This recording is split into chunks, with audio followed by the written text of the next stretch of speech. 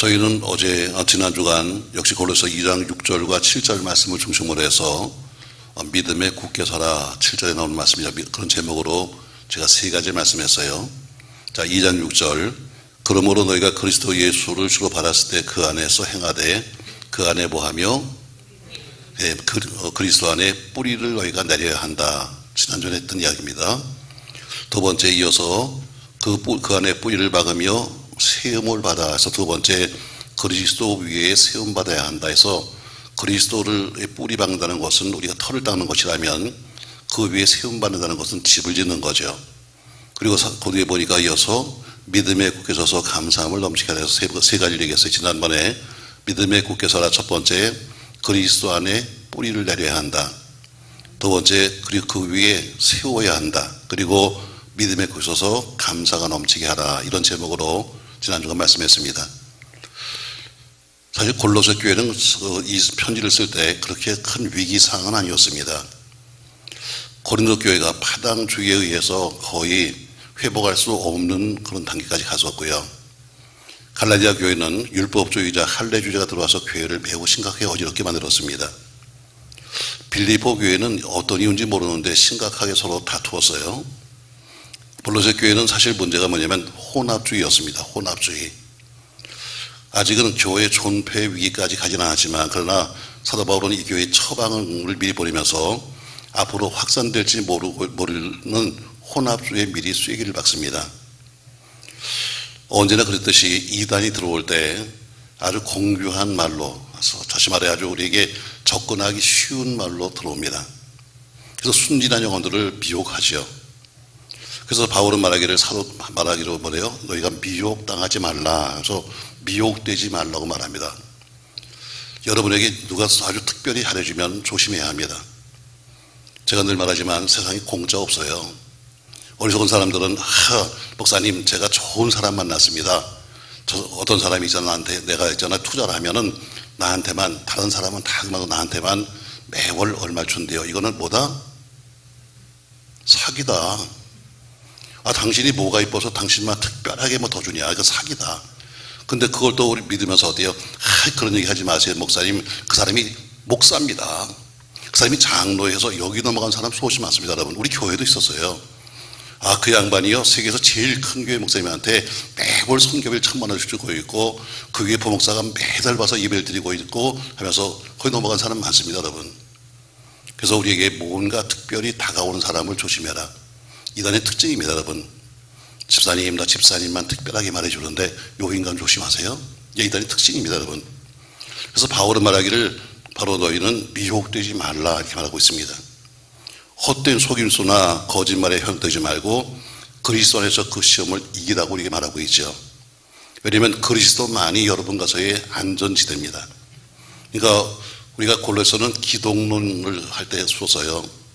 그러니까 기독론의 중심적인 책이 이 골로새서인데 그 당시 교회 속에 있는 이단들의 움직임 때문에 자연스럽게 쓴 이 편지가 기독론의 중추적인 역할을 하는 겁니다. 자, 이제 교회에 어려움이 올 수도 있습니다. 왜? 교회도 인간의 모임이니까요. 그러면 어떻게 할 것이냐? 그것을 해결책을 찾을 때 여러분이 고민하는데 해답은 언제나 예수 그리스도 안에 있습니다. 세상에 나가서가 아니라 모든 교회 속의 문제 해결의 방법은 어디 있다? 예수 안에 있는 거다. 그 정답은 성경 안에 있습니다. 어디 찾아면서 뭐 예언자라고 찾아낼 것도 없고 누구한테 안수받을 것도 없습니다. 여러분 그냥 복음을 알면, 여러분 진짜 복음을 알면 그 속에 모든 여러분과 저희 살아가는 삶의 답은 다 있습니다. 그래서 이 성경이 바로 여러분과 저의 안전지대로 이끌어가는 바로 책이기 때문에 이 성경 속에 다 있는 거죠. 그럼 오늘 바울은 고린도 교회에 처방전을 쓰고 있는데 거짓 교훈을 경계해야 한다 하면서 오늘 처방전을 쓰고 있는 거예요. 저희가 이단에게 빠지지 않으려면 크게 오늘 본문을 통해서 우리가 세 가지를 해야 한다 이렇게 말하면서 6절 다시 봐서요. 6절 그러므로 너희가 그리스도 예수를 주로 받았으니 그 안에서 행하되 그 안에 뿌리를 박으며 세움을 받아 교훈을 받은 대로 믿음에 굳게 서서 감사함을 넘치게 하라 이렇게 말합니다. 다시 말해 너희가 이단에 넘어가지 않으려면, 거짓 교훈에 반절되면 첫 번째 성도는 그리스도 위에 터를 세워야 한다. 그리스도 위에 터를 잡아야 합니다. 여러분, 믿음의 근거가 뭐예요? 여러 가지 말하지만 믿음의 근거는 예수입니다. 여러분이 예수님을 보고 믿는 것이 모든 믿음의 근거예요.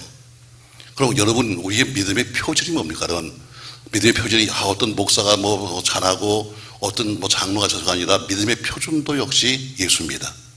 아멘.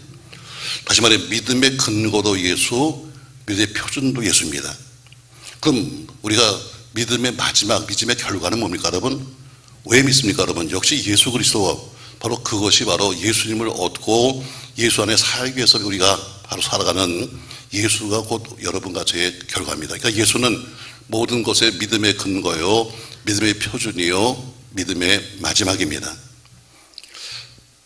그러나 다른 것은 없어요 여러분. 우리가 살아가는 우리 교회 속에 여러 가지 모습이 있습니다만, 그러나 교회 속의 표준은 예수입니다. 내가 신앙생활을 시작했습니다. 이 얘기는 우리가 놀던 바닥이 바뀐 거예요. 옛날에는 세상에 돌았었는데 이제는 내가 예수 믿어야 하는 때부터는 뭐예요? 내가 이제는 예수 그리스도의 마당으로 옮겨온 거예요. 세상 마당에서 어디로? 예수 그리스도의 마당으로. 아멘. 근데 내가 살던 그 마당은 언젠가 다 없어질 마당이고 다 쓰러질 마당이지만, 옮겨선 예수 그리스도의 마당은 영원히 반석인 것을 믿으십시오. 할렐루야. 그래서 요한복음 5장에 보니까 이 극적인 자리 이동, 바로 세상에서 바로 예수 품으로 오는 극적인 자리 이동을 가리켜서 사망에서 생명으로 옮겼다 이렇게 말하고 있습니다. 그러니까 우리가 예수 믿기 시작했다는 것은 뭐예요? 이제는 내가 살았다, 죽음에서 살았다는 것을 말하고 있는 거예요. 이것을 느끼기가 상당히 오래 걸리는 거죠. 그냥 내가 예수를 믿었다는 것은 결국 우리가 사망에서 생명으로 옮겨진 건데, 이것을 느끼기에는 상당히 시간이 걸립니다. 본인의 은혜가 체험이 필요하니까. 자, 오늘 너희가 그리스도 터 위에 그리스도의 터를 잡아야 한다. 이 얘기는 크게 한 세 가지 모습이 나와요. 어떤 것이 그리스도의 터 위에 있는 것이냐? 다시 말해 자리 이동을 했습니다. 세상 자리에서 예수 자리로. 그러면 더 이상 첫 번째, 다시 자리 이동하지 마라. 예수 안에 들어왔으면 거기서 터를 잡아야지 다시 세상으로 가지 말라는 이야기입니다. 이게 원칙이에요.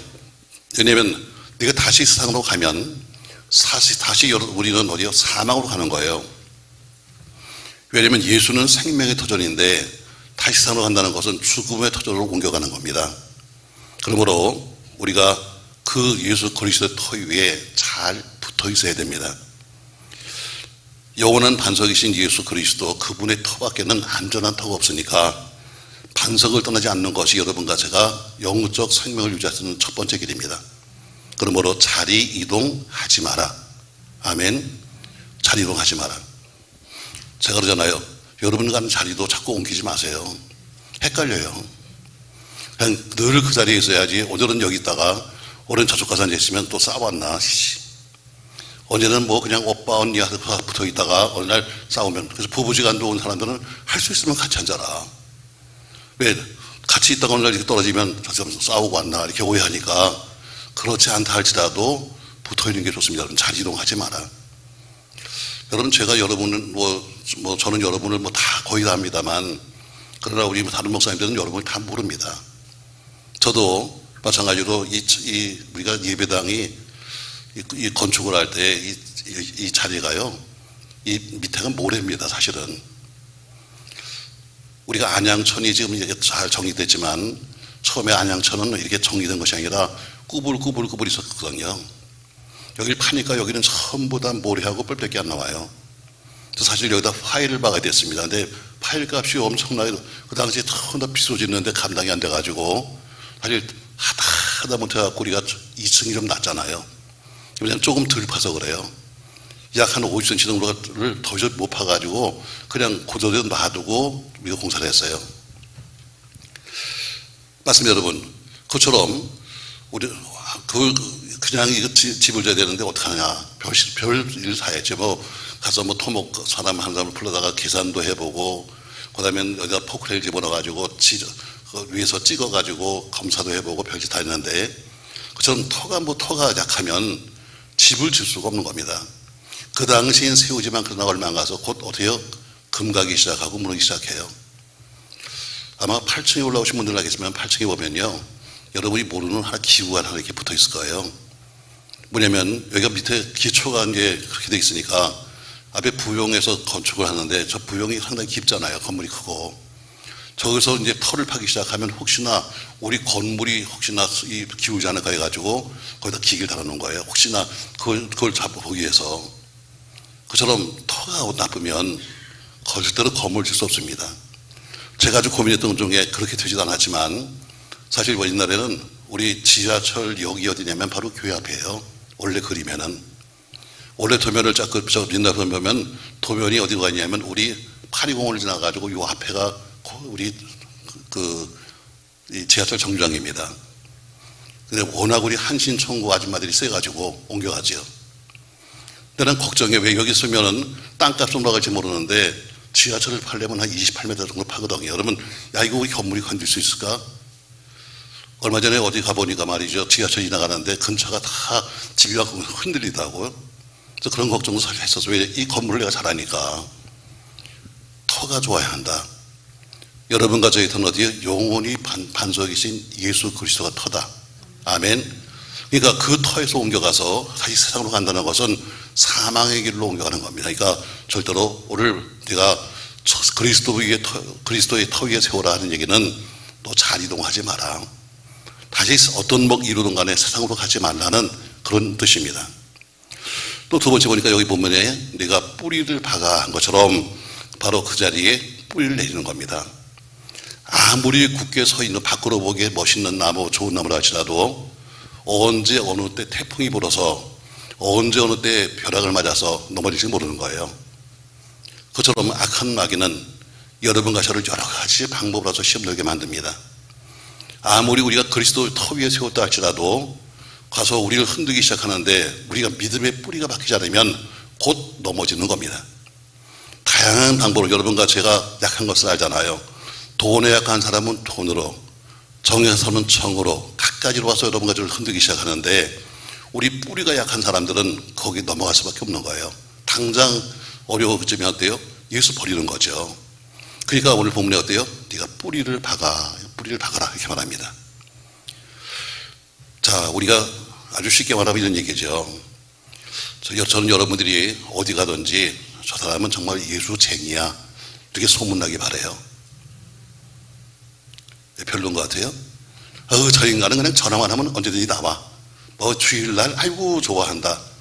아무 때나 그냥 야 놀자 그러면 알았어 하고 뛰어나오고, 또 주일날도 어때요? 어디 무슨 잔치다 그러면 어때요? 그거 먹으러 가고. 이렇게 남들에게 지키기 시작하면요 남들도 웃어요. 저도 예수쟁이야. 여러분이 주일날 교회 빠지고 어디 결혼식장 가서 앉아있으면 옆 사람이 이렇게 말해요. 너도 예수 믿냐? 넌 여기 올 사람이 아니야. 넌 지금 당연히 교회에 가서 예배 드릴 사람이야. 근데 네가 여기 와서 너 예수 믿냐? 여러분 이렇게 생각해요. 말은 안 하지만. 그러니까 우리 자리를 여러분 잘 잡아야 돼요. 저 사람은 그냥 한 번 믿으면 끝까지 믿어 이렇게 생각해야지. 그러면 감히 누구도 우리에게 주일날 가자는 얘기 안 해요. 여러분과 저에게 뭐 주일날 만나, 주일날 와, 주일날 무슨 결혼식인데 우리 오세요 이런 얘기 하는 이야기는 여러분과 저에게 뭐예요? 바로 당신은 아직까지 예수쟁이도 못돼. 이 이야기 똑같은 거예요. 미리 말하세요. 누가 그런 주일날 결혼식 하면 미리 돈을 보내세요. 여러분 우리에게 오세요 하는 거는 여러분 얼굴 보고 싶은 거야? 돈 보고 싶은 거야? 답을 몰라? 자, 나 지금 이번에 우리 아들 결혼합니다 하는 이야기는 여러분 오랜 얘기야? 아니면 축의금 보내는 얘기야? 이렇게 사람이 오해하고 살아요. 돈 보내니 돈 벌는 얘기야. 그러니까 평상시 여러분 주일날 결혼식 같으면 그래요. 미리 한 금요일쯤 돈을 보내. 그냥 조금 좀 더 보내. 그리고 이렇게 말해요. 사실 내가 가고 싶은데 난 예수 믿잖아. 그래서 내가 못 가. 그러면 그 다음에 뭐래요? 돈도 와서 좋지만 우리도 그러더라. 그냥 결혼식에 오는데 말이죠. 온 집안 식구가 다 와. 그럼 어디 먹는 게 더 많아. 10만 원 내고 먹는 건 20만 원씩 먹어. 그럼 손해봐 여러분. 근데 어때요? 또 올 거는 왔지? 한 달이 또 어때요? 빚을 들면 그 사람은 이익 보는 거예요. 여러분 오해하지 마세요. 여러분 필요해서 하는 얘기 아니야. 다 내가 너에게 투자했으니까 너 내놔 하는 얘기예요. 그러니까 우리가 어때요? 남들이 볼 때 우습게 보는 거예요. 저 사람은 아무 때나 와. 밤낮 가리지 않고 먹은 자리만 다 나와. 여러분 그러면 남들이 어때요? 우습게 보는 거예요. 자, 우리가 뿌리를 내렸다. 어떻게 남들이 보기에도 저 사람은 정말 예수쟁이다. 이 얘기입니다, 여러분. 저 여러분 아무쪼록 여러분 어디 가든지 항상 예수쟁이라는 이야기부터 얘기가 믿었으면 좋겠어요. 적어도 예수 믿어? 이게 아니라 저 사람은 예수 믿는 사람이야. 이렇게 나와야죠. 자, 성경에 보면은 예수님의 유일성을 참 많이 주장했습니다. 그래서 우리 주님도 요한복음 14장에 보니까 나는 길이요 진리요 생명이다 해서 예수님이 스스로 말하기를 나는 길이다, 난 진리다, 난 생명이다. 다시 말해 유일한 예수라는 것을 말씀하십니다. 또 사도행 16장에도 주 예수를 믿으라 그리하면 너네 집이 구원받아서 예수만이 구원이다. 그래서 유일성을 많이 주장했어요. 사람들은 유일한 예수를 나누고 다른 걸 찾아다니는 거예요. 여러분도 알다시피 기독교 신자 중에 상당한 부분 사람들이 굿하는 곳이나 점치는 곳을 다니고 있습니다. 요새는 상담에 뭐가 있냐면 타로도 상담에 들어갑니다. 기독교인들도 어때요? 이게 무슨 점치는 거예요? 이건 그냥 타로는 이게 그냥 재미로 하지 않은데 점치듯이 하는 사람 더 많습니다. 그래서 여러분도 그거 좋아하시나요, 여러분? 많은 사람이 상담이란 속에 타로가 들어있어요. 그러니까 여러분 그게 뭐예요? 자, 나는 교회를 다니고 예수를 믿는데 그래도 점은 치고 싶어. 가서 어디 가서 타로 좀 해보고 또 그리고 뭐 좀 해보고 싶어. 얘기는 뭐예요? 예수 하나로서는 내가 불안하다 얘기해요. 예수 한 분 가지고는 불안해. 그러니까 어때요? 뭔가 다른 걸 좀 더 의지해야 돼. 그래서 다니는 거예요. 주일날은 쉽게 말하면 교회 왔다가 딴 데는 세상으로 가는 거 똑같죠. 오늘 너는 바로 그리스도에게 뿌리를 내라 이렇게 말하면 뿌리 박아라. 아무리 네가 무슨 예수 믿는다고 이야기해도 뿌리가 깊지 않으면 언제 흔들릴지 모르는 거야. 또 본문처럼 바로 우리 거처를 그리스도에 세우라는 이야기입니다. 여러분 가정의 피난처는 오직 예수입니다. 예수만이 여러분 가정의 영원한 피난처고 예수만이 여러분 가정의 영원히 숨을 수 있는 산성입니다. 그러므로 우리 거처를 그리스도에 세우라 바로 이렇게 말합니다. 오늘 첫 번째 어때요? 그리스도 위에 그리스도의 터에 너는 세워라 이렇게 말합니다. 그래서 7절과 8절에 보면 너는 그리스도의 터 위에 이렇게 말합니다. 두 번째 보니까 3절 말씀, 그래서 2장 3절 말씀 보세요. 2장 3절 그 안에는 어디 안에는? 그 안에는 지혜와 지식의 모든 보화가 감춰 있다는 말이다. 그 안에는 또 12절 말씀 보세요. 너희가 같이 있습니다, 여러분. 너희가 세례로 그리스도와 함께 장사되고 또 죽은 자들 가운데서 그를 일으키신 하나님의 역사를 믿음으로 말미암아 어디서? 그 안에서 해서 역시 3절도 그 안에서 그리고 12절도 그 안에서 이렇게 말합니다. 그 안에서 성도는 그리스도 안에 머물러야 합니다. 그래서 그 안에서 말합니다. 우리가 구원받은 것은 그리스도 안에서 구원받은 겁니다. 믿음 안에서 구원받은 겁니다. 그러니까 신자는 일평생 동안 그리스도 안에서 믿음 안에서 살아야 합니다. 왜? 우리가 구원받은 근거가 믿음 안에서 받았기 때문입니다. 자, 내가 그리스도 안에서 산다는 것이 뭔가? 그분의 약속 안에서 하는 거예요. 그분의 약속이 뭐예요, 여러분? 그분의 약속이 무거운 짐을 지고 있는 여러분과 저에게 초청하셨습니다. 구원부터 시작해서 성경에 많은 수많은 약속이 전부 다 우리는 믿고 사는 거예요. 주님이 하신 약속을 다 믿습니다. 어느 것만 믿고 어느 것은 안 믿고가 아니라 다 믿는 거예요. 성경은 그래서 약속의 책이라고 합니다. 우리가 성경은 신약과 구약이잖아요. 신약이 뭐예요, 여러분? 바로 새 약속. 구약이 뭐예요? 옛 약속. 우리는 신약과 구약을 다 믿잖아요. 예전에 하신 말씀도 약속도 믿고 새로 하신 약속의 말씀도 믿고 사는 거예요. 아멘. 그러니까 그리스도 안에서 산다는 것이 뭐냐면 곧 그분의 말씀 안에 사는 거예요. 말씀 안에. 그분의 능력 안에 사는 겁니다. 우리 주님이 주증이 많죠. 구원의 능력을 주셨습니다. 세상을 이길 능력을 주셨습니다. 마귀를 이길 수 있는 능력을 주셨습니다. 시험을 이길 수 있는 능력을 주셨습니다. 죄를 이길 수 있는 능력을 주셨습니다. 그러니까 이런 능력을 주셨기 때문에 우리는 그래서 말하기를 능력 주는 자 안에서 내가 모든 것을 할 수 있다고 말하는 거예요. 그리스도 안에서 산다는 것은 뭐예요? 내가 말씀 안에 삽니다 하는 이야기예요. 또 그 안에 산다는 것은 뭐예요? 그분의 위로를 받고 산다는 이야기입니다. 우리의 시민권은 이 땅에 있지 않고 하늘에 있습니다. 그러니까 우리가 하늘을 바라보는 것, 이게 바로 믿음입니다. 그분을 향한 소망, 이게 믿음이죠. 저도 뭐 오늘 신문에 보니까 저도 전혀 몰랐던 그런 예화가 하나 있더라고요. 세계 2차 대전이 끝나고 참 살기 힘들 때 먹을 것도 없고 입을 것도 없는 한 청년이 한 의상실 앞에서 비를 피우고 있었습니다. 그 사람은 이태리에서 태어났는데 꽤 부유한 집에 태어났거든요. 근데 전쟁 통해서 다 모든 걸 잊어버리고 이제 그 사람은 너무너무 가난한 삶이 됐어요. 그래서 입을 옷도 없어가지고 여기저기서 그냥 굴러다니는 그 천을 갖다 주워다가 그 천을 갖다가 이렇게 저렇게 이어가지고 그래서 옷을 하나 자기가 만들어 입은 거예요. 그리고 어느 의상실 앞에서 비를 피하고 있는데 그 안에서 나오던 어떤 여자가 묻습니다. 이거 어디서 사셨어요? 왜요? 그러니까 아니 참 옷이 좋네요. 아니 제가 만든 건데 그러니까 참 잘 만들었네요. 이런 얘기를 했습니다. 그 말 한마디, 자기는 옷이 없어가지고 어때요? 남이 버린 거 사서 주워다가 이것저것 찢어가지고 가서 만들어서 옷을 입었는데 그걸 보고선 칭찬하는 한 여자가 이거 누가 만들었냐고 정말 옷이 좀 너무너무 아름답다고 하는 그 말 한마디에 힘을 얻어서 그때부터 새롭게 자기가 새로운 작은 상점을 냈습니다. 그 사람이 피에르 가댕입니다. 완전히 다 망했습니다. 온 집안이 다 망했어요. 여러분도 그거 좋아하시죠? 명품 아니에요? 근데 그 사람이 뭐예요? 다 모든 걸 망한 사람이에요. 근데 찢어진 옷이 없으니까 찢어진 옷감들을 갖다가 버린 옷감들을 쓰다가 옷을 만들어 자기가 입은 거예요. 근데 그걸 보고선 한 사람이 칭찬했어요. 야, 참 이쁘다. 야, 참 멋있다. 그 말 한마디 힘을 얻었어요. 그리고 소망을 가졌어요. 그리고 그는 작은 상점을 차렸는데 그것이 바로 그 사람 피에르 가댕을 만드는 첫 번째 사건이었어요. 맞습니다, 여러분. 오늘 여러분과 제가 소망이 뭐냐?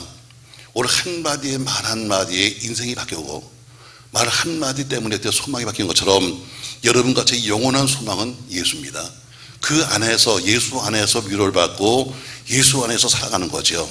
그러니까 세상 사는 사람과는 사는 방법이 다르고 사는 사람과는 어때요? 생각 자체가 다른 겁니다. 자, 똑같은 수레를 어떤 사람은 밀고 갑니다. 무거운 짐을 갖다 실은 수레를 뒤에서 이렇게 밀고 가요. 어떤 사람은 앞에서 끌고 갑니다. 심리학자가 물었어요. 아니 왜 당신은 수레를 밀고 갑니까? 당신이 수레를 끌고 가죠. 여러분 똑같이 가는 거예요. 근데 밀고 가는 것과 뭐가 다른다? 심리학자는 보니까 이렇습니다. 여러분, 자, 밀고 가는 사람은 뭐가 되나? 앞에 있는 짐밖에 안 보이는 거예요. 왜? 수레를 밀다 보니까 앞에 있는 짐밖에 안 보이잖아요. 끄는 사람은 짐이 뒤에 있으니까 어떻게 앞을 바라보고 가는 거예요. 전 여러분 밀고 가지 마십시오. 끌고 가십시오. 그런 얘기인지 지금 입신 근처에 가가지고 지금 이게 뭐냐? 갑자기 밀다 끄는 것도 뭐냐? 그냥 아무렇게나 가. 그럼 아무렇게나 가. 달라 여러분. 똑같은 짐인데 끄는 사람과 밀는 사람은 다른 거예요. 똑같은 사명이지만 끄는 점이 좀 다른 거예요. 똑같은 신앙이지만 끄는 신앙과 밀는 사람은 달라요. 미나는 건 뭐예요? 앞에 눈에 보이는 건 짐밖에 없어. 그 짐만 바라보고 그냥 가는 거예요. 그러니까 사는 게 얼마나 힘들어요. 그러나 끄는 사람은 어때요? 짐은 뒤에 있어. 앞에는 뭐가 있어요? 앞에 저 보니까 하늘도 보이고 저 앞에 바다도 보이고 땅도 보이고 다 보이잖아요, 여러분. 그러니까 그게 살아가는 게 다른 거예요. 우리는 하늘을 보고 사는 사람. 아멘. 무거운 짐만 바라보면서 매일 앉으면 부른 찬송도 무거운 짐을 하다고 꿀꺽하고선 하지 말고 여러분 우린 끌고 와요. 그래야 다른 거예요. 신앙이 뭐냐면 무거운 짐을 뒤에다 짊어지고 어디 보고 가요? 위를 보고 가는 게 신앙이에요. 아멘.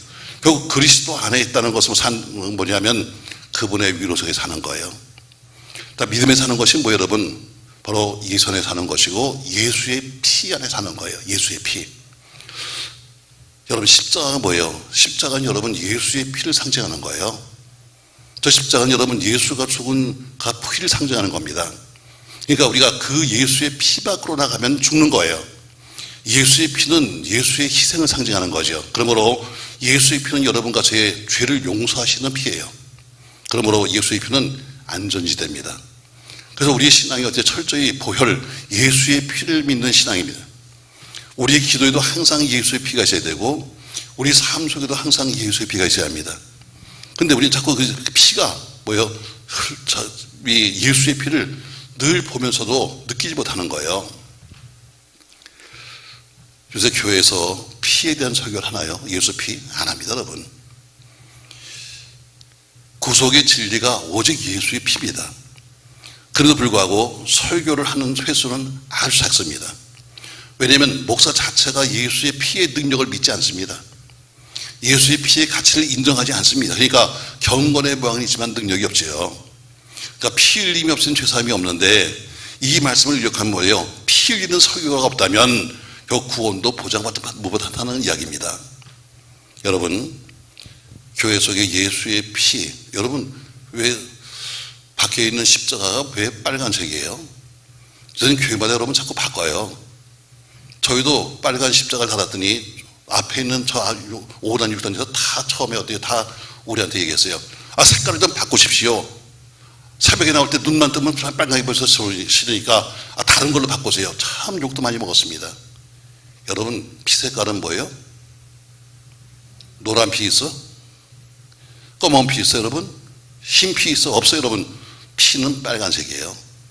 교회 십자가 빨간 이유는 예수의 피를 상징하는 거예요. 이제 우리 목사들이 어때요? 이제는 그 피의 상징을 어떻게 바꾸는 거예요. 이제는 흰 것도 괜찮아, 노란 것도 괜찮아, 잘 보이면 괜찮아. 여러분, 이거는 예수의 피 자체를 부인하고 어때요? 스스로가 그 피를 갖다 인정하지 않는 거예요. 그러니까 목사 자신이 예수의 피를 인정하지 않으니까 교회 속에서 예수의 피를 말할 수가 없는 거죠. 이제는 교회 속에 예수의 피에 대한 설교가 거의 없습니다. 이제는 믿음의 가치를 잃어버리고 있어요. 그 대신에 예수의 피가 없는 대신에 뭐가 앉았는가 하면 문화라고 하는 것이 대신 들어와 있습니다. 교양이라고 하는 이름의 불신앙과 과학이라고 하는 이름의 함정이 교회 속에 들어와 있어요. 그러니까 결국 교회는 예수의 피가 없으니까 어때요? 교회의 능력을 잊어버리는 거예요. 바울은 말합니다. 그래서 교회에 너희가 그 위에 머물러 있어라. 다시 말해 여러분 십자가 위에 사시기 바라고 십자가 믿고 사시기 바라고 예수의 피공을 꼭 기억하시기 바랍니다. 아멘. 세 번째 보니까 2장 19절 말씀 보세요. 머리를 붙들지 아니하는지라 온 몸이 머리로 말미암아 머리와 힘줄로 공급함을 얻고 연합하여 하나님이 자라게 하심으로 사랑이라. 자, 성도들은 머리를 붙들지 않았다 이렇게 말합니다. 자, 18절부터 보세요. 아무도 꾸며낸 겸손과 천사 숭배를 이유로 너희를 정죄하지 못하게 하라.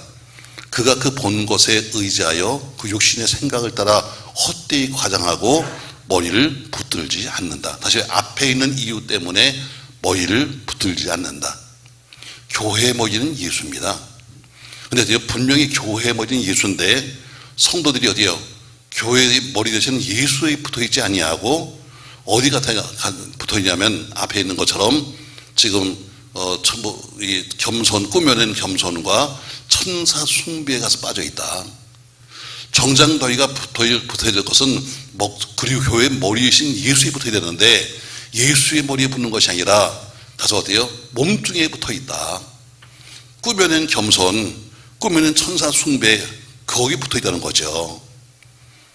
그 당시 골로새 교회에 보낸 편지서를 교회에서 가장 교회를 흔드는 사람이 누구냐면은 율법주의자입니다. 율법주의자.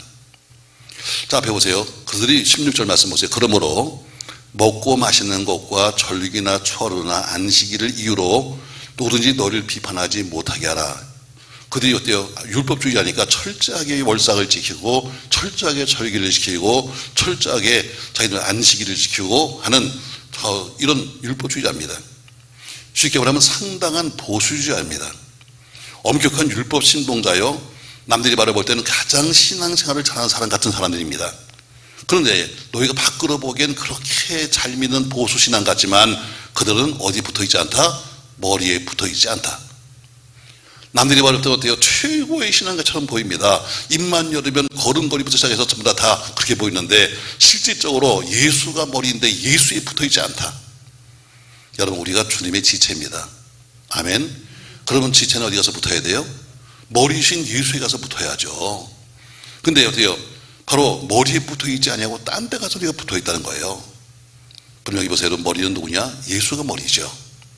근데 성도들이 머리이신 예수에는 붙어 있지 아니하고 몸뚱이에 가서 붙어 있다고 생각해 보세요, 여러분. 여러분, 이거 전혀 여러분 어울리지 않는 거잖아요. 겉으로 보면 아주 요란한 사람처럼 보입니다. 나는 철저하게 난 신앙생활하고 있고, 난 철저하게 믿음 생활하고 있고, 난 철저하게 뭐 하고 있고 이렇게 말하는데 그의 신앙 자체가 머리신 예수와는 상관도 없어. 여러분, 좀 무서운 얘기입니다, 여러분. 우리 신앙도 돌아봐야 돼요.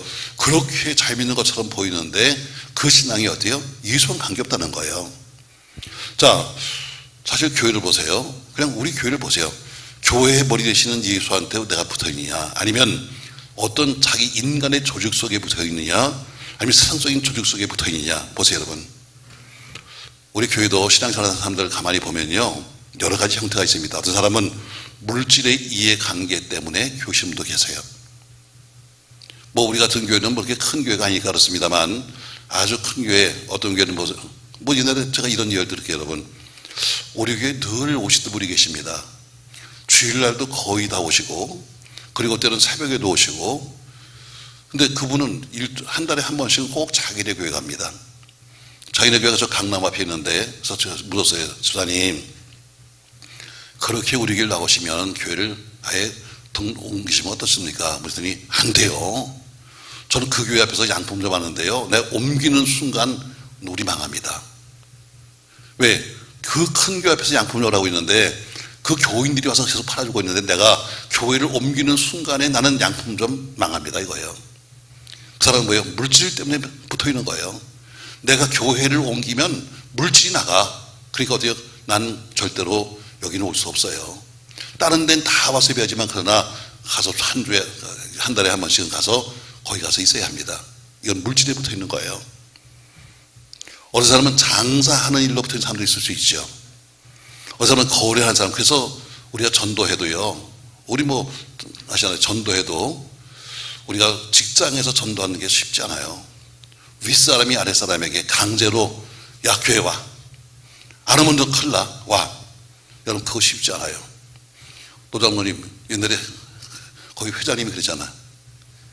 다 집합! 그러면 어때요? 모든 간부가 다 신길교회로 가서 있어야 돼. 이제 그게 장로니까.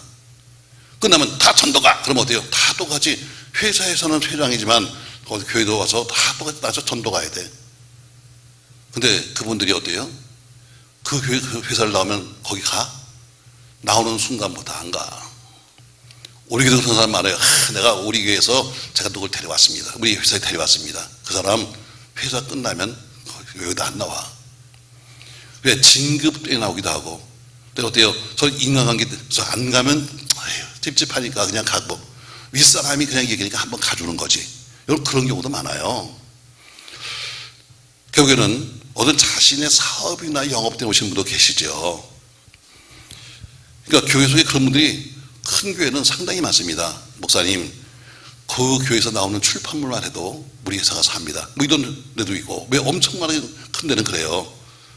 또 어떤 사람은 육신의 핏줄 때문에 서로 이어져 있죠. 그냥 우리 시어머니가 나오는데 안 나오면 아이고 힘들어요. 시어머니가 찾아오면 괴롭습니다. 그러니까 내가 오는 게 편하지. 이런 사람도 있을 거예요. 뭐 특별하게 무슨 뭐 체험이나 특별한 은혜가 있는 것이 아니라 그냥 그래서 오신 분도 계실 거예요. 이건 머리 대신 예수한테 붙어 있는 게 아니에요. 시어머니한테 붙어 있고, 돈에 붙어 있고, 직장에 붙어 있고, 그거지. 오늘 성경 뭐예요? 네가 정말 머리이신 예수에 붙어 있느냐? 물어보세요. 나는 정말 예수에 붙어 있느냐?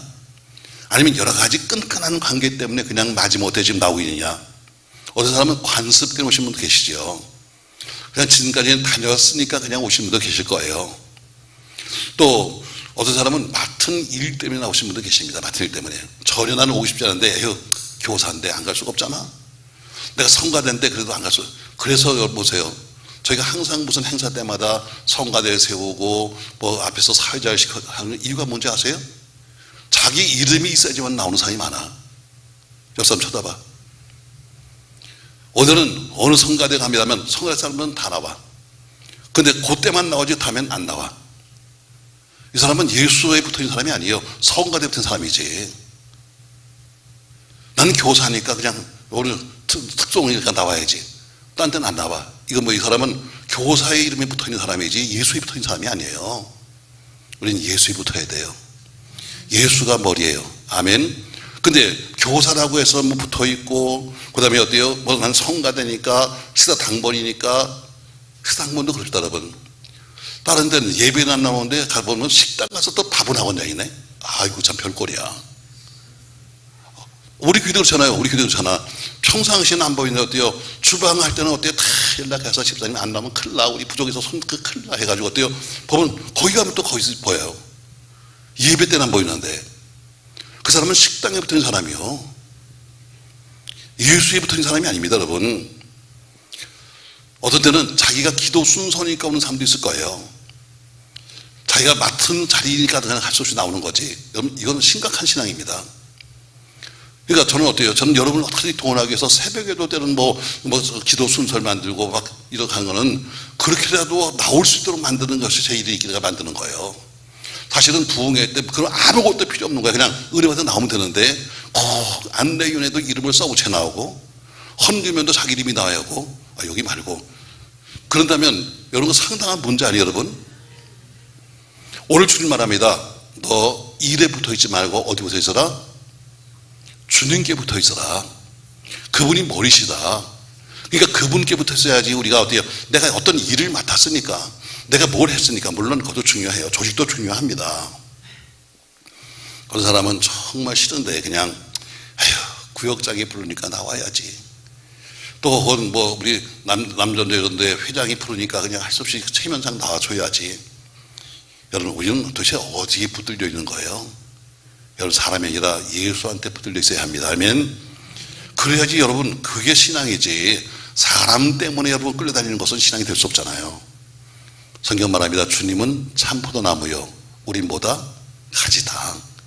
가지가 붙어있는 거예요. 포도나무에 가서 붙어야지. 가지끼리 서로 붙어 있어 봐야 아무런 의미가 없는 거예요. 바로 포도나무인 주님께 붙어야지 우리 사는 거지. 어때요? 다른 것과 붙어봐야 가지끼리 붙어봐야 여러분 살지 못해요. 저 여러분 우리 가지는 어때요? 분명히 포도나무에 가서 붙어야 되는데 가지끼리 붙어가지고 생각합니다. 난 살았어. 난 가지에 붙어 있으니까. 난 살았어. 나는 뭐 어떤 조직에 붙어 있으니까. 난 살았어. 나는 어떤 무슨 단체에 들어가 있으니까. 여러분 이거 죽은 겁니다. 어디요? 산 척하는 거지. 물론 교회라는 것은 조직체이기 때문에 교회는 어때요? 서로가 조직적으로 사는 건 맞습니다 여러분. 다만 머리가 누구다? 예수다. 근데 머리에 붙어 있지 않고 조직에 붙으면 안 된다.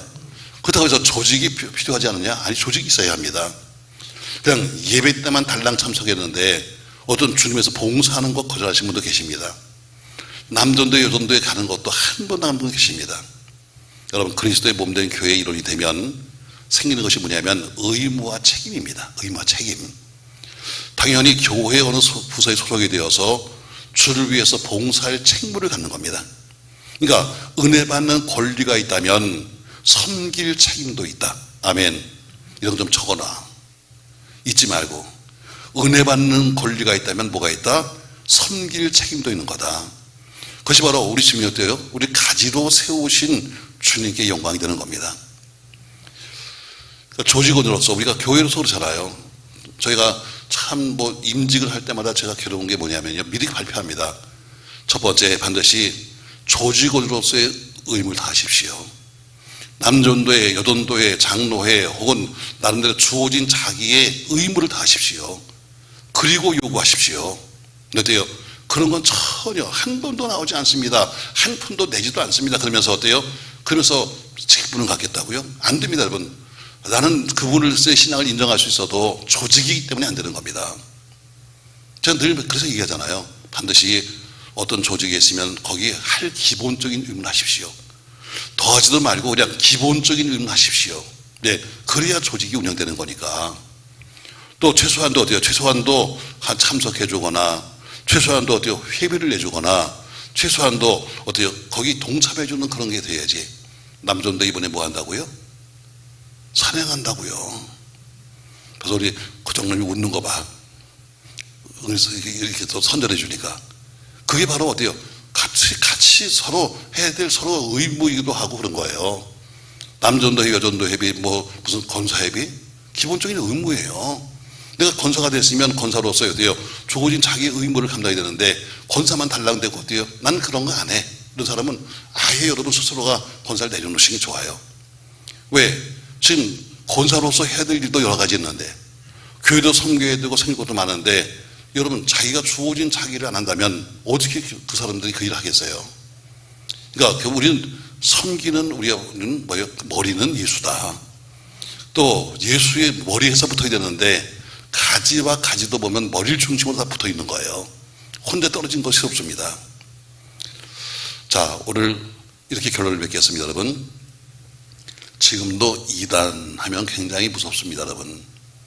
이번에 고등학생 하나가 매 맞아 죽은 거 아시죠, 여러분? 전혀 모르는구나. 우린 기도만 한다라고 그런 걸 안 보니까. 문제는 방송에서 그냥 교회에서 했는데, 교회가 아니라 구원파입니다. 구원파. 인천에 있는 구원파, 박옥수파에서 생긴 일입니다. 거기서 얘기하기는, 우린 잘 모르는 사람입니다. 그냥 애가 집에서 나와가지고 갈 데가 없어가지고 한 2달 그냥 와서 여기 있었는데 죽었습니다. 이렇게 말하는데, 아닙니다, 여러분. 이 박옥수파에는 그 안에 자기 대안학교로 노래하는 학교가 있습니다. 거기서 보면 어때요? 그들이 공연을 다니는데, 공연 다니는 거기에 그 아이의 얼굴이 딱 찍혀 있습니다. 그러니까 상당히 어때요? 그 속에서 나름대로 일을 했다는 거예요. 근데 어떻게 그냥 세상에서 나오는 모든 매스컴은 전부 다 교회에서 매맞아 죽었습니다. 교회가 아닙니다, 여러분. 거기는 박옥수파 구원파입니다. 이걸 정확히 하나 읽더라고요. CBS에서 나온 그 뉴스에 보면은 정확하게 여기는, 그런데 왜 자꾸 세상에서 이걸 교회라고 말하니까 우리가 피해가 많습니다 하면서 아주 밝혔더라고요. 이단, 참 사람들에게 노래처럼 힘들게 만듭니다. 이단 때문에 몸살들을 앓고 있습니다. 여러분, 이단이 뭐예요? 간단합니다, 여러분. 그리스도의 터가 아닌 다른 터에 사람을 세우는 것, 이게 바로 이단입니다. 그리스도의 터 위에 세워야 되는데, 그리스도의 터 위가 아니라 사람의 터 위에 세우는 것이 이단입니다. 이해되세요, 여러분? 아주 간단히 말하면 예수 위에 교회를 세워야 되는데, 예수 위가 아니라 어때요? 문선명이 누구 해가지고 어때요? 사람을 다 또 세워놓고 그 사람을 믿고 있는 거예요. 이단이죠, 여러분. 지금은 예수 풍년입니다. 여기 가도 이런 예수, 저기 가도 저런 예수. 여러분, 공개된 예수도 있고 비공개된 예수도 있습니다. 어떤 사람은 자기 스스로가 나는 보혜사다 박히는 사람도 있고, 어떤 사람은 주위에서 사람이 예수 아니야? 이런 사람도 있을 겁니다. 이 모두가 다 이단입니다. 바로 이단의 특징이 뭐예요? 예수가 아니라, 예수의 터 위에 세운 것이 아니라 자기 터 위에 교회를 세우는 겁니다. 이건 자기의 하나의 사유물이죠. 우린 누구를 경계해야 되는가? 오늘 바울은 말합니다. 십자가를 경시하는 사람, 예수의 피를 무시하는 사람, 사실 이 사람이 뭐냐면 천사를 가장한 바로 사단들입니다. 오히려 노략질하려고 가만히 들어온 바로 사람들입니다. 그리스도의 터 위에 세움을 입고 그리스도에 위해서 살기 위한다면 우리를 자꾸 유혹하는 사람들입니다. 오늘 바울이 지금 고린도 교회의 가장 큰 문제는 뭐냐면 혼합주의 때문에 지금 이걸 쓰고 있는 거예요. 자꾸 그리스도가 아니라 자꾸 다른 데 가서 붙으려고 하는 사람들이 많기 때문에 혼합주의. 그래서 오늘 이 편지를 쓰고 있는 겁니다. 자, 오늘 전 여러분에게 3가지를 말해요. 자, 거짓 교훈을 경계해라. 거짓 교훈. 첫 번째 보니까 어디에요? 성도는 어디에? 그리스도 위에 터를 세워야 한다. 아멘. 우리의 신앙은 철저히 예수 중심, 예수 위에 터를 잡아야 한다. 그 예수가 반석이고, 그 예수가 위로고, 그 예수가 힘이시다. 그러니까 그리스도 위에 터를 잡아야 한다. 아멘. 두 번째, 성도는 그리스도 안에 머물러야 한다. 그리스도 안에 여기저기 떠돌고 다니지 말고 그리스도 안에 뿌리. 여러분, 요새 제가 예레미야서 말씀을 여러분들의 말하면서 얘기하나요? 우리가 뿌리를 내려야 한다. 물 속에 뿌리를 박으면 언제든지 물을 먹기 때문에 그 나무는 산다. 이게 제 여러분들의 요새 대신방 때 하는 이야기입니다. 5월달에 사업장 신방 때도 똑같은 얘기를 했습니다. 어디? 우리가 물가에 심겨진 나무가 뿌리가 물속에 있기 때문에 항상 물을 먹기 때문에 어떤 두려움이, 어떤 환경이 변화와도 두렵지 않다. 왜? 항상 물이 있으니까. 우리 신앙이 정확하게, 저는 나이 한 30이 다 되어서 교회를 다녔습니다만 우리 목사님한테 항상 그거 배웠습니다. 너는 항상 하나님 중심이 되어야 한다. 사람 따라다니지 마라. 하나님 중심이다. 두 번째로는 하나님 말씀 중심으로 살아야 한다. 여러분도 다 옛날에 들으셨죠? 교회에서. 세 번째가 어때요? 너는 교회에 뿌리를 박아야 한다. 그걸 항상 말씀하신 것처럼 그게 우리가 하고 있는 이야기입니다. 오늘 우리는 철저히 그리스도 안에 머물러야 한다. 세 번째, 너는 머리이신 그리스도에게 붙어 있어야 한다. 아멘. 이제 지금 이단의 독보석은 시대마다 항상 있었고 지금도 존재하고 있습니다. 고린도 교회를 어지부터 혼합주의, 또 혹은 퓨전 신앙. 어때요? 그냥 좋은 게 좋은 거야. 먹고 그렇게 믿을 게 뭐 있어? 그냥 적당히 좋게 믿으면. 퓨전이 상당히 무서운 겁니다, 여러분. 음식도 어때요? 정통이 아니라 그냥 대충 해가지고 그냥 먹기 좋게 만드는 게 퓨전이잖아요. 그처럼 신앙생활도 그렇게 하는 사람이 많습니다. 그냥 내가 그냥 하기 좋게끔 믿으면 되지. 여러분, 누구나 다 어느 교회든지 있고 어디든지 다 있습니다. 따라서 말씀을 통해 흘러가고 있는 현상들을 조명해 본다면 우리 철저히 이단을 조심하셔야 합니다. 교회를 어지럽히고 혼란에 빠지는 것은 어느 날 갑자기 터지는 게 아니에요. 어느 날 갑자기 일이 생겼는 게 아닙니다. 여러분, 가만히 침투한 세력이 차츰차츰 확장되는 거예요. 여러분, 이단들이 오자마자 갑자기 무슨 교회를 뒤집는 거 봤어요? 아니에요. 이단의 특징은 뭐냐면요, 와서 정착해요. 정착. 이 교회에 들어와서 정착을 합니다. 정착해가지고 그냥 3년이고 4년이고 다니면서 어때요? 다 똑같이 성도 속에 들어가요. 더 자리를 잡죠. 그래서 야, 저 사람 참 열심히 있네. 그 사람 참 정말 기도 열심히 하네. 그 사람 정말 믿을만 하면은 뭐가 생기냐면 그때부터 드디어 일을 시작하는 거예요. 왜? 그래, 인정을 받아야 되는 거니까. 자, 어느 날 갑자기 온 사람이 갑자기 이상한 짓 하면 여러분, 남들이 이상하네? 그러지 않을 거예요. 근데 교회를 오래 다니는 사람이 어때요? 이상한 짓 하면 남들이 그런가 보다 하고 넘어가요. 여러분, 거짓 교훈을 경계하면서 교회는 거룩해야 합니다. 교회는 순결해야 합니다. 이걸 지키기 위해서 여러분과 제가 늘 거짓 교훈을 경계하는 여러분과 제가 되기를 주의 이름으로 바랍니다. 오늘 제가 여러분에게 세 가지 말씀드립니다. 성도는 그리스도 위에서 터를 잡아야 한다. 세상 터가 아닙니다. 어디? 그리스도 위에, 반석 위에 터를 세우십시오. 아멘. 두 번째, 여러분과 저는 그리스도 안에 머물러야 합니다. 터만 잡아서 되는 것이 아니라 거기서 여러분 뿌리를 내려서 살아야 합니다. 그리고 우리는 머리 되시는 그리스도 옆에 붙어 있어야 합니다. 사람에게 붙지 마십시오. 사람에게 흔들리지 마십시오. 어디? 우린 예수에게 붙어 있어야 합니다. 그래서 이것이 바로 이단을 경계하면서 이단을 이길 수 있는 방법이라고 오늘 바울은 벌써 이단을 통해서 우리에게 말하고 있습니다. 아무쪼록 세상에 여러 가지 환경의 변화가 오고 여러 가지 또 우리를 넘어뜨리는 것이 다가온다 할지라도 우리 신앙만큼은 철저히 그리스도 위에 세워지고 그리스도 안에 머물고 그리스도에 붙어 있어서 누구도 흔들 수 없기를 예수님의 이름으로 부탁합니다. 고마우신 아버지 은혜를 감사합니다. 우리 주신 말씀을 통해서 고린도서에 있었던 지금 혼합주의 때문에 바울은 편지를 쓰며 이것이 곧 기독론이 되었습니다.